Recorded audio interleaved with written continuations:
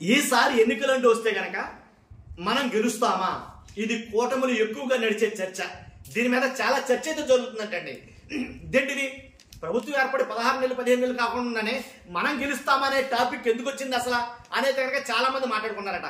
నిజంగానే ఈ చర్చ ఎక్కువగా నడుస్తుంది కూటమి ప్రభుత్వం.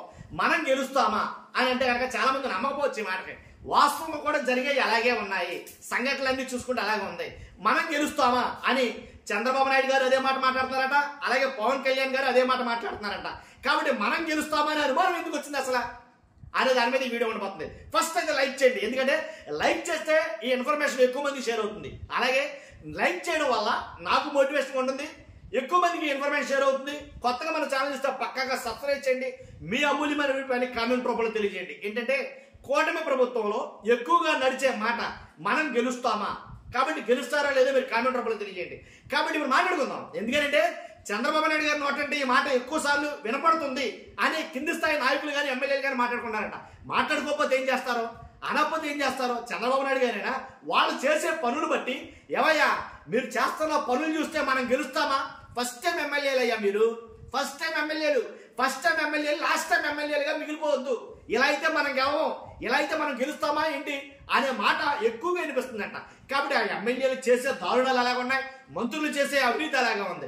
కాబట్టి 1, 2 కాదు, సర్వేలు చూసుకున్నా సరే, ఏ సర్వే చూసినా సరే కూటమి ఎమ్మెల్యేలకు మొత్తం అన్నింటినీ కూడా కూటమి ఎమ్మెల్యేలు మంత్రులు ఎవరైతే ఉన్నారో వాళ్ళలో ఎంతమంది అవినీతికి పాల్పడుతున్నారో, ఎంతమంది అరాచకాలకు పాల్పడుతున్నారో, కాబట్టి వాళ్ళలో ఎంతమంది గెలుస్తారు, ఎంతమంది ఓడిపోతారని ఆల్రెడీ 15 నెలల గడవక ముందే మొత్తం అంత ఏంటి సింపి మరీ రోడ్డు మీద పడేస్తున్నారు వాళ్ళ పరిస్థితులు.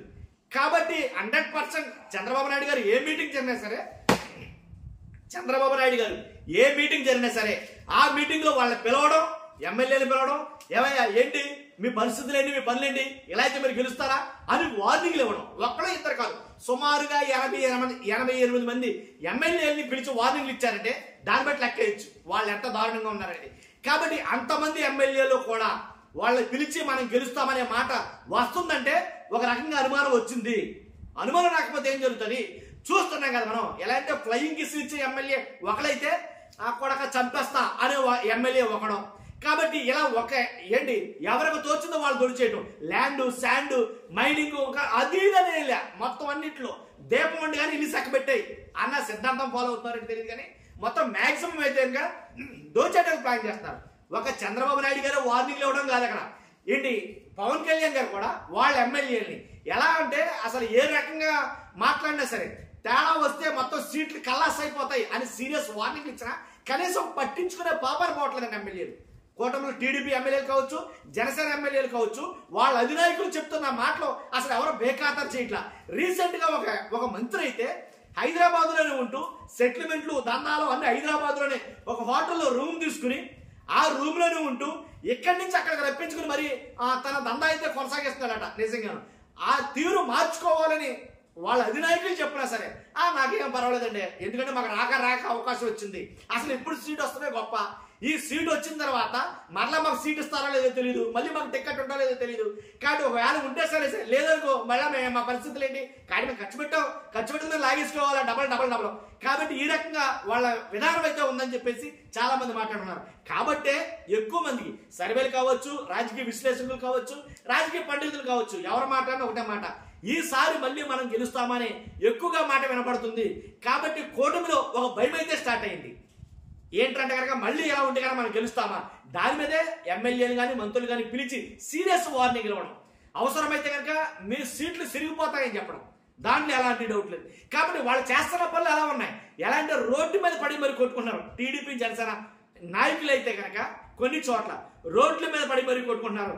కొంతమంది ఎమ్మెల్యేలు అయితే బరి తెగించి మరీ వసూళ్లు, బరి తెగించి మరీ దందాలు చేస్తున్నారు, దాంట్లో ఎలాంటి డౌట్ లేదు. కొంతమంది ఎమ్మెల్యేలు అయితే కనుక వీడియో కాల్లో రాసలేలు, ఎలా అంటే ఓ మాట ఉంటది ఏంటది, కామాతురాణం నభయం నా లజ్జాని.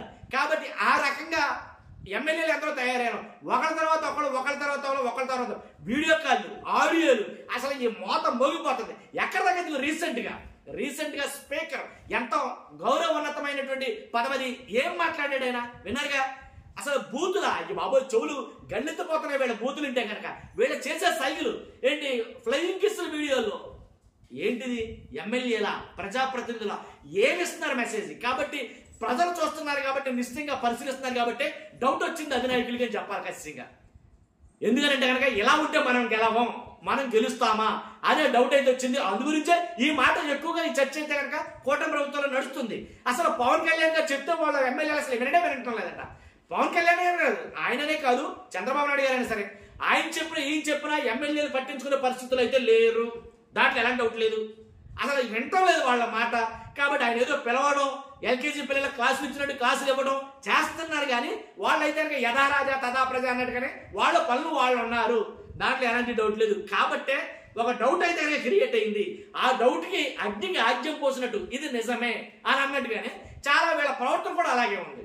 కాబట్టి అంతేకాదు వస్తున్న సర్వేలు కానీ చంద్రబాబు నాయుడు గారే ఐవీఆర్ఎస్ కాల్స్ ద్వారా, టీడీపీ పార్టీనే ఐవీఆర్ఎస్ కాల్స్ ద్వారా మీ ప్రాంత ఎమ్మెల్యే పరిస్థితి ఏంటి అని ఐవీఆర్ఎస్ కాల్స్ ద్వారా సర్వేలు చేస్తే సర్వేల్లో 80% మంది ఎమ్మెల్యేలు అందరూ కూడాను ఏంటి వ్యతిరేకంగానే ఉంది. ఏ నియోజకవర్గంలో చూసుకున్నా సరే ఆ నియోజకవర్గ ప్రజలు వాళ్ళకి వ్యతిరేకంగానే ఉన్నారు.